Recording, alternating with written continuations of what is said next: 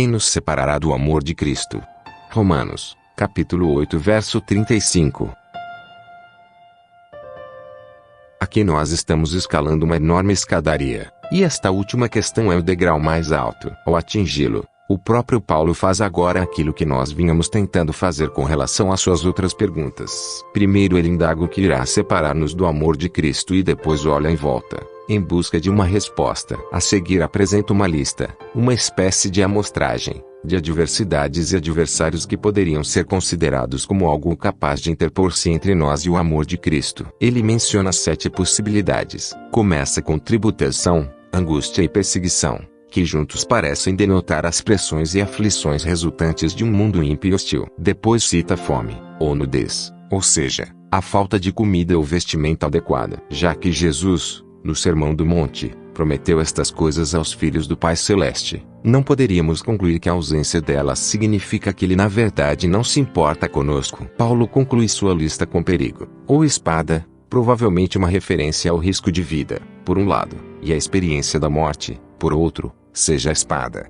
O golpe final da espada do bandido ou do soldado inimigo ou do executor. A disposição para o martírio é certamente o teste definitivo da fé e da fidelidade cristã. Para reforçar isso, o apóstolo cita um salmo que descreve a perseguição de Israel pelas nações. O sofrimento deles não era em virtude de haverem esquecido Javé ou se voltado para um Deus estranho. Pelo contrário, estavam sofrendo por amor a Javé, justamente por terem sido fiéis a ele. Mas, por amor de ti, somos entregues à morte continuamente, somos considerados como ovelhas para o matadouro. Mas então, o que dizer destas 7 aflições, para não falar de tantas outras? Afinal, a lista poderia ser muitíssimo mais comprida. É claro que são sofrimentos reais, desagradáveis, aviltantes, dolorosos, difíceis de suportar e um desafio à fé. E Paulo sabia do que estava falando, pois ele mesmo havia experimentado todos eles. E piores ainda, é provável que os cristãos romanos também estivessem vivendo provações similares. Com efeito, alguns deles haveriam de passar por isso poucos anos depois, ao serem queimados como tochas vivas para o sádico entretenimento do imperador Nero. Aqueles que,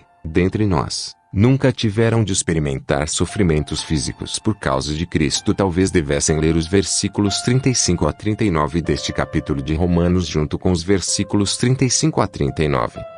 De Hebreus, capítulo 11. Ali se encontra uma lista de pessoas anônimas que foram torturadas, ridicularizadas, açoitadas, acorrentadas, apedrejadas e até serradas ao meio por causa de sua fé. Diante de tal heroísmo, nenhuma demonstração de volubilidade ou complacência é capaz de subsistir. Mas será que o sofrimento, a miséria e a perda podem separar de Cristo o seu povo? Não. Pelo contrário, longe de afastar-nos dele, em todas estas coisas, mesmo enquanto as estamos suportando, Paulo ousa afirmar que somos mais que vencedores, hipernicomen, pois nós não apenas as suportamos com firmeza e coragem como também triunfamos sobre elas, e assim estamos ganhando uma vitória gloriosíssima por meio daquele que nos amou. Esta segunda referência ao amor de Cristo é muito importante, e o tempo auristo demonstra que é uma alusão à cruz. Pelo que parece, Paulo está dizendo que, já que Cristo provou seu amor por nós com os seus sofrimentos, também os nossos sofrimentos não podem de maneira alguma separar-nos do seu amor. No contexto,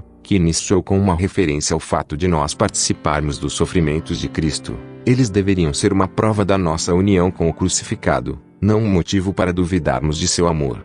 Chegamos ao clímax do argumento de Paulo. Ele começou com sabemos, agora termina com um tom mais pessoal, ao dizer que estou convencido. O uso deliberado que ele faz da expressão veralpepesmai, que significa fui convencido e permaneço convencido, denota a sua convicção firme, consciente e irremovível. Antes ele perguntou se haveria alguma coisa capaz de separar-nos do amor de Cristo. Versículos 35 a 36. Agora ressalta que nada nem ninguém jamais o fará. Versículos 37 a 39. Então seleciona 10 itens que, segundo alguns, teriam o poder suficiente para estabelecer uma barreira entre nós e Cristo. Ele os menciona de 2 a 2, deixando apenas os 2 últimos isolados um do outro. A expressão nem morte nem vida é, presumivelmente, uma alusão à crise da morte e às calamidades da vida. Já nem anjos nem demônios é mais discutível. Demônios é uma tradução de Achai, que em outras passagens é uma referência clara às forças espirituais do mal. Era de se esperar,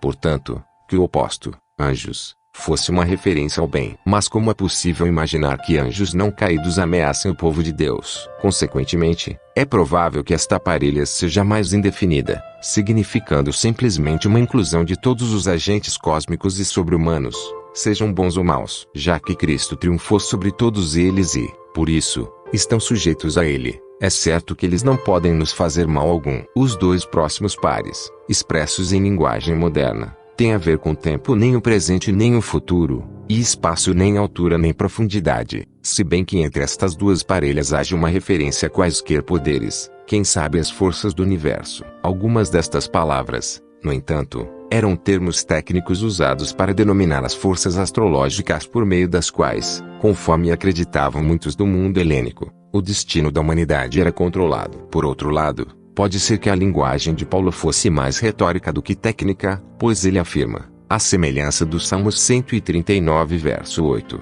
que nem a altura mais sublime, nem a profundidade mais profunda, nem os céus, nem a terra, nem o inferno, nada pode separar-nos do amor de Cristo. Concluindo, ele diz que nem qualquer outra coisa na criação, como se quisesse certificar-se de que a sua lista é suficientemente abrangente e que nada foi deixado de fora. Tudo o que existe na criação está sob o controle de Deus Criador e do Senhor Jesus Cristo. É por isso que nada será capaz de nos separar do amor de Deus que está em Cristo Jesus nosso Senhor. Quem nos separará do amor de Cristo? Romanos, capítulo 8 verso 35, trecho tirado do livro Mensagem aos Romanos, páginas 163 a 164 por John Stott.